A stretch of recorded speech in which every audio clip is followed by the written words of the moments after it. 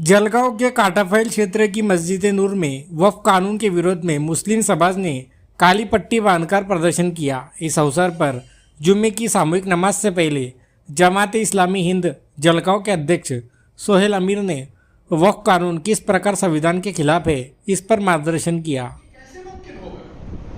आज औकाफ की जमीनें जो मुसलमानों के खुद इख्तियार में है, उसमें इतने कब्जे किए जा रहे हैं कि उसके बारे में अगर गुफ्तगू की जाए तो एक बड़ा टाइम उसको दरकार है। सवाल ये किया जा रहा है कि जब मुसलमान मेंबरानी काउंसिल है, इस कमेटी का पार्ट एंड पार्सल है, वो अपनी जमीनों को बचा नहीं पा रहे हैं, तो ये हुकूमत हिंद हिंदू मेंबरान को इस वक्त की पूरी काउंसिल का मेंबर बनाकर कैसे इसकी हिफाजत करेंगे। मुसलमान भारतीय हुकूमत से सवाल कर रहे हैं कि चाइना की जब फौज भारत में दाखिल हो रही है अपने बॉर्डर से, आप उस फौज के लिए उसको खदेड़ने की कोई फिक्र नहीं रखते हैं, तो आप अपनी जमीन नहीं बचा पा रहे हैं हुकूमती सतह से, और आप मुसलमानों की मस्जिदें बचाने की बात कर रहे हैं। ये मुसलमानों को बहुत लीगल क्वेश्चन हुकूमती हिंद से नंबर 1।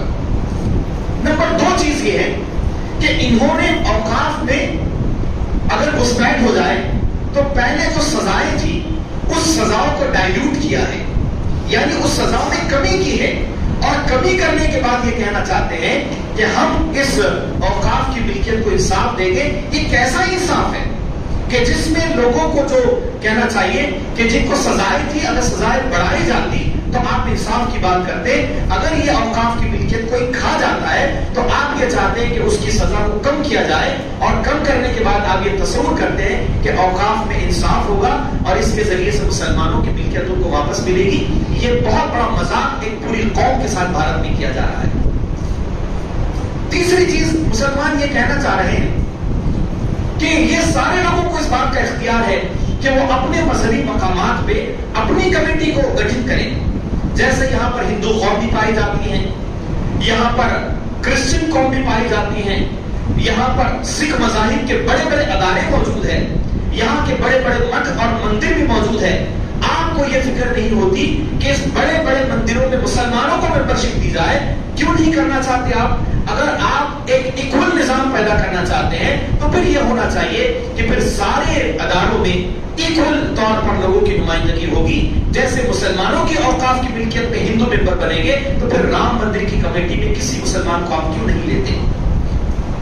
ये सवाल सिर्फ मुसलमान नहीं कर रहे हैं, ये सवाल खुद सेकुलर समाज और सेकुलर माइंड सेट रखने वाले हमारे हिंदू भाई भी ये सवाल कर रहे हैं। इसलिए इस पूरी लड़ाई को, इस पूरी कैंपेन को आप मुसलमान वर्सेस गवर्नमेंट ना बनने दें। ये लड़ाई मुसलमान वर्सेस गवर्नमेंट की नहीं है, बल्कि ये लड़ाई सेकुलर अनासिर रखने वाले, सेकुलर माइंडसेट रखने वालों की लड़ाई है, जो हो सकता है कि मुसलमान हो सकता है किसी और मजहब के मानने वाले हो। हमें बहुत खुशी है इस पुल की सालमियत पर। इसका जो फैब्रिकेशन है, इसके जो फैब्रिक यानी इसको जो बुना गया है, पार्लियामेंट में जितने मुसलमानों ने औकाफ के हक में राय दी है, औकाफ के तहफ्फुज़ के लिए बात की है, उससे कई ज्यादा फोर्स के साथ, उससे कई ज्यादा दलीलों के साथ हमारे उन हिंदू भाइयों ने भी इसमें पार्ट लिया है जो मुसलमान कौम से ताल्लुक नहीं रखते, मगर इस समाज के वो सेकुलर अफराद इस मुल्क में माने जाते हैं।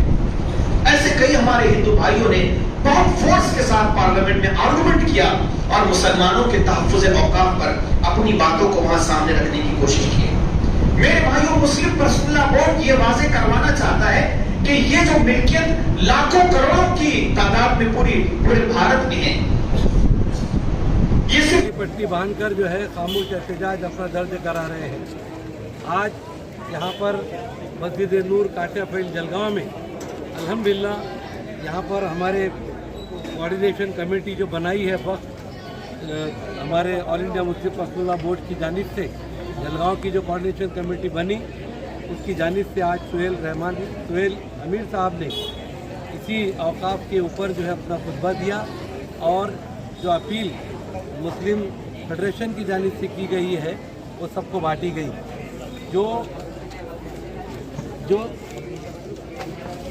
जो कानून बना है बहुत से लोग उसको नहीं जानते हैं, इसलिए हमने कहा कि एक बाकायदा उसका फोल्डर बना के हज़ारों की तादाद में हम तमाम मुसलमानों के अंदर तकसीम कर रहे हैं, ताकि वो समझें कि लड़ाई क्या है। یہ جذبات سے لڑنے والی لڑائی نہیں ہے. یہ ایسے فوجیوں کے ہاتھ میں ہم کو بندوق دینی نہیں ہے جن کو بندوق چلاتی نہیں آتی ہے. اس کو جو سمجھے گا ایک جاڑا موٹا اس کے اندر ہم نے لیا ہے. یہ ہمارے آل انڈیا مسلم پرسنل بورڈ نے مہاراشٹر کی جو کنوینر ہے ان کی جانب سے جو ہدایت ملی, جلگاؤں وقف کوآرڈینیشن کمیٹی کی تشکیل ہوئی, اس کے تحت پورے ضلع میں ہم کام کر رہے ہیں. بھساول میں ہوا, یہاں مجیدیہ مسجد میں ہوا, ہماری اقرا میں ہوا. کل جو ہمیں تھوڑا ریلیف ملا سپریم کورٹ کی, ہم نے شکر گزاری ادا کی. بہت بڑی تعداد میں ہمارے اسٹوڈنٹ, ٹیچر, بہت بڑے پیرنٹس کی تعداد میں مفتی ہارون صاحب اور باقی تمام لوگوں کی موجودگی میں ہم نے خوشی کا اظہار بھی کیا, آبھار ویکت کیا. لیکن سپریم کورٹ کے یہ تھوڑا جزوی طور پر جو ابھی کام ہوا ہے, یہ لڑائی جاری رہے گی جب تک کہ مکمل اس میں کامیابی نہیں ملتی. یہ پڑھیے, پڑھنے کے بعد میں آپ کو سمجھ میں آئے گا کہ ہمارے کانسٹیٹیوشن کی کس طریقے سے دھجیاں اس سرکار نے اڑائی ہے. امت شاہ جی نے کہا تھا کہ یہ قانون جو ہم بناتے ہیں سنسد کے اندر, دیش اسی سے چلے گا اور تم کو ماننا پڑے گا.